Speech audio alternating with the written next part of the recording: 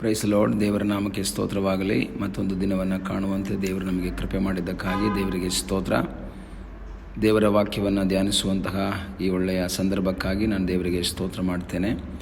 ಇಂದಿನ ವೇದ ಅಧ್ಯಯನಕ್ಕಾಗಿ ಯೋಹಾನ್ ಬರೆದ ಸುವಾರ್ತೆ 5ನೇ ಅಧ್ಯಾಯ 6ನೇ ವಾಕ್ಯವನ್ನು ನಮಗೆ ಓದಿಕೊಳ್ಳೋಣ.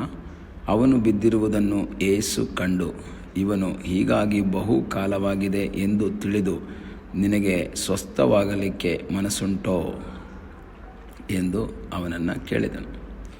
ಇಲ್ಲಿ ದೇವರ ವಾಕ್ಯವನ್ನು ಓದುವಾಗ ಯೆರೂಸಲೇಮಿನಲ್ಲಿ ಒಂದು ಜಾತ್ರೆ ನಡೀತಾ ಇದೆ. ಅಲ್ಲಿ ಅನೇಕ ರೋಗಿಗಳು, 3ನೇ ವಾಕ್ಯದಲ್ಲಿ ಓದ್ತೇವೆ, ಅಲ್ಲಿ 5 ಮಂಟಪಗಳಿವೆ. ಇವುಗಳಲ್ಲಿ ಬಹು ಮಂದಿ ರೋಗಿಗಳು ಅಲ್ಲಿದ್ದಾರೆ.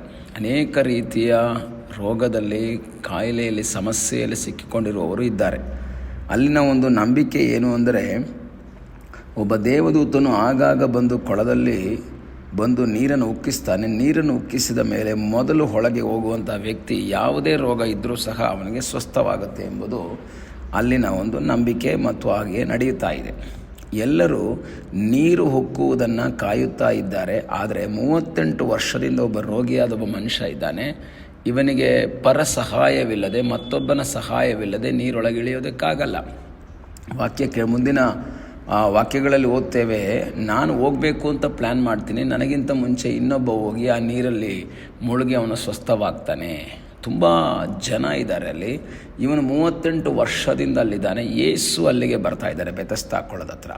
ದೇವರ ವಾಕ್ಯ ಈ ರೀತಿ ಹೇಳುತ್ತೆ, ಯೇಸು ಅವನನ್ನು ನೋಡಿದ್ರು. ಇಷ್ಟು ಜನರ ಮಧ್ಯದಲ್ಲಿ ಅವನನ್ನು ನೋಡಿದಂತಹ ಒಬ್ಬ ಯೇಸು. ಅಲ್ಲಿ ಒಬ್ಬರು ಇಬ್ಬರು ಅಲ್ಲ, ಬಹಳ ರೋಗಿಗಳಿದ್ದಾರೆ, ಎಲ್ಲರಿಗೂ ಅವಶ್ಯಕತೆ ಉಳ್ಳವರೇ. ಆದರೆ ಇವನ ವೇದನೆಯನ್ನು ಅರಿತಂತಹ ಯೇಸು, ಏನಿವನ ವೇದನೆ, ಇವನ ಅದ್ಭುತವನ್ನು ಕಾಣ್ತಾ ಇದ್ದಾನೆ, but is not experiencing the miracle. ಅನುಭವಿಸ್ತಾ ಇಲ್ಲ. ಒಬ್ಬೊಬ್ಬರು ಸೌಖ್ಯವಾಗುವುದನ್ನು ನೋಡ್ತಾನೆ, ಕುಣಿದಾಡುವುದನ್ನು ನೋಡ್ತಾನೆ, ಥ್ಯಾಂಕ್ಸ್ ಹೇಳೋದನ್ನು ನೋಡ್ತಾನೆ, ಎಲ್ಲವನ್ನ ನೋಡ್ತಾ ಇದ್ದಾನೆ, ಅನುಭವಿಸೋಕ್ಕಾಗ್ತಾ ಇಲ್ಲ. ಅನೇಕರ ಅದ್ಭುತವನ್ನು ಕಂಡು ನನಗೆ ಇಲ್ವಲ್ಲ, ನನಗೆ ಯಾಕೆ ಹಿಂಗೆ ಆಗ್ತಾ ಇದೆ, ನನಗೆ ಸ್ವಸ್ಥತೆ ಇಲ್ವಲ್ಲ ಎಂದು ಕೊರಗುವಂತಹ ಒಂದು ಮನಸ್ಸನ್ನು ಯೇಸು ದೂರದಿಂದ ನೋಡಿದ್ರು. ಇಂದು ನನ್ನನ್ನು ಕೇಳುವಂತಹ ಪ್ರಿಯ ದೇವರ ಮಕ್ಕಳೇ, ಒಂದು ವೇಳೆ ನಿನ್ನ ಜೀವಿತದಲ್ಲಿ ನೀನು ಅನೇಕರ ಜೀವಿತದಲ್ಲಿ ಆಗುವಂಥ ಅದ್ಭುತವನ್ನು ನೋಡ್ತಾ ಇದೆಯಾ? ಅವರಿಗೆ ದೇವರು ಇದನ್ನು ಮಾಡಿದ್ರು, ಇವರಿಗೆ ಇದನ್ನು ಮಾಡಿದ್ರು, ನನಗೆ ಯಾಕೆ ಮಾಡ್ತಾ ಇಲ್ಲ? ಅನೇಕರ ಅದ್ಭುತವನ್ನು ನೀನು ನೋಡಿ ಸಂತೋಷ ಪಡುತ್ತಿದ್ದಿ. ಆದರೆ ಹೃದಯದ ಅಂತರಾಳದಲ್ಲಿ, ದೇವರೇ, ನನ್ನ ಜೀವಿತದಲ್ಲಿ ಯಾಕೆ ಅದ್ಭುತ ಆಗ್ತಾ ಇಲ್ಲ, ನನಗೆ ಯಾಕೆ ಇದನ್ನು ಅನುಭವಿಸೋಕ್ಕಾಗ್ತಾ ಇಲ್ಲ ಎಂಬುದಾಗಿ ಕೊರಗುತ್ತಿರುವಂತಹ ದೇವರ ಮಗುವೆ, ಇಲ್ಲ, ದೂರದಿಂದ ನಿನ್ನನ್ನು ನೋಡುವಂತಹ ಒಬ್ಬ ದೇವರಿದ್ದಾನೆ. ಒಂದು ದಿವಸ ಆತನು ನಿನ್ನ ಬಳಿಗೆ ಬರ್ತಾನೆ. ಅನೇಕ ದಿನಗಳಿಂದ 38 ವರ್ಷದಿಂದ ರೋಗಿಯಾಗಿ ಬಿದ್ದಿರುವವನು. ಒಂದು ವೇಳೆ ಇವನು ಯೋಚನೆ ಮಾಡಿರ್ಬೋದು, ನನಗೆ ಯಾರೂ ಇಲ್ಲ, ಕೊಳದೊಳಗೆ ಇಳಿಸೋಕೆ ಯಾರೂ ಇಲ್ಲ, ನನಗೆ ಸಹಾಯ ಮಾಡೋರು ಯಾರೂ ಇಲ್ಲ, ಯಾರೂ ಸಹ ಇವನ ಮೇಲೆ ಕನಿಕರ ತೋರ್ತಾ ಇಲ್ಲ. ಇಷ್ಟು ವರ್ಷ ಆಗಿದೆಯಲ್ಲ, ಇವನನ್ನು ಮೊದಲು ಬಿಡೋಣ, ಇವನಿಗೆ ಸ್ವಸ್ಥವಾಗಿ ಮನೆಗೆ ಹೋಗಲಿ ಎಂಬುದಕ್ಕೆ ಹೇಳುವುದಕ್ಕೆ ಯಾರಿಗೂ ಮನಸ್ಸಾಗ್ತಾ ಇಲ್ಲ. ಆದರೆ ಇದನ್ನು ತಿಳಿದಂತಹ ಯೇಸು ಅವನ ಹತ್ರಕ್ಕೆ ಬರ್ತಾ ಇದ್ದಾನೆ.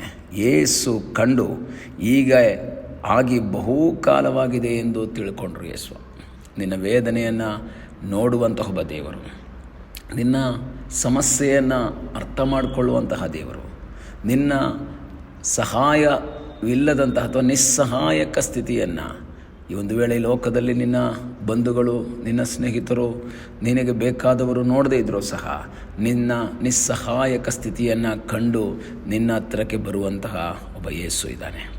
ಈ ಒಂದು ದಿವಸ ಕರ್ತನಿಗೆ ಹೇಳೋಣ, ಸ್ವಾಮಿ, ನನ್ನ ಜೀವಿತದಲ್ಲೂ ಸಹ ನಾನು ಈ ಅದ್ಭುತವನ್ನು ಕಾಣಬೇಕು. ಅನೇಕರು ಹೊಂದಿಕೊಳ್ತಿರುವಂಥ ಅದ್ಭುತವನ್ನು ನಾನು ಅನುಭವಿಸಬೇಕು. ನಾನು ಅದ್ಭುತವನ್ನು ಕಾಣುವವನಾಗಬಾರ್ದು, ನಾನು ಅದ್ಭುತವನ್ನು ಅನುಭವಿಸುವವನಾಗಬೇಕು. 3 ಕಾರ್ಯಗಳನ್ನು ನಾವು ನೋಡ್ತೀವಿ. 1, ಯೇಸು ಕಂಡನು. 2, ಯೇಸು ತಿಳಿದುಕೊಂಡರು.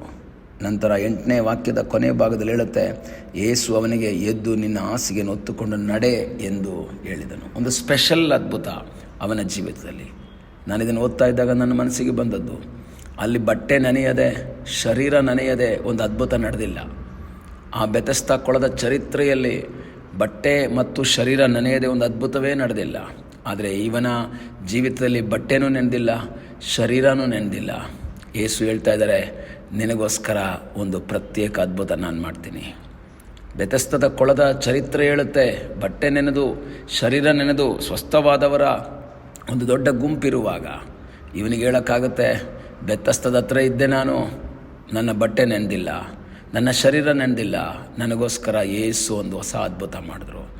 ವೇದನೆಯಲ್ಲಿ ದುಃಖದಲ್ಲಿರುವಂತಹ ದೇವರ ಮಗುವೆ, ನೀನು ದೇವರ ಮುಖವನ್ನು ನೋಡುತ್ತಾ ದೇವರಲ್ಲಿ ಆಶ್ರಯಿಸುವುದಾದರೆ ನಿನಗಾಗಿ ಹೊಸ ಅದ್ಭುತವನ್ನು, ಯಾರೂ ಕಾಣದಂತಹ ಒಂದು ಪ್ರತ್ಯೇಕವಾದ ಅದ್ಭುತವನ್ನು ನಿನಗೋಸ್ಕರ ಮಾತ್ರ ಮಾಡುವುದಕ್ಕೆ ಆತನು ಶಕ್ತನಾಗಿದ್ದಾನೆ. ಆತನು ನಿನ್ನನ್ನು ನೋಡುವವನಾಗಿದ್ದಾನೆ, ನಿನ್ನ ಸಮಸ್ಯೆಯನ್ನು ಅರ್ಥ ಮಾಡಿಕೊಳ್ಳುವವನಾಗಿದ್ದಾನೆ. ಇಂದು ಆತನಲ್ಲಿ ಆಶ್ರಯಿಸು, ಆತನ ಬಳಿಯಲ್ಲಿ ಬೇಡಿಕೋ, ನಿನಗಾಗಿ ಆತನು ಅದ್ಭುತವನ್ನು ಮಾಡ್ತಾನೆ.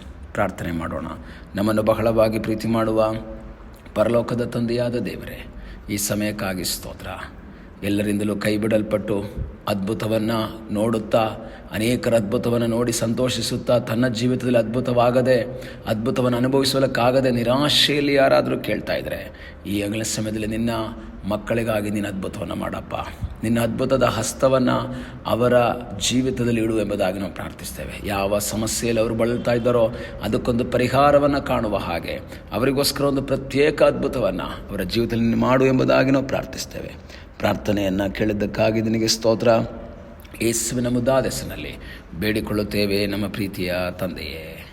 ಆಮೇನ್. God bless you.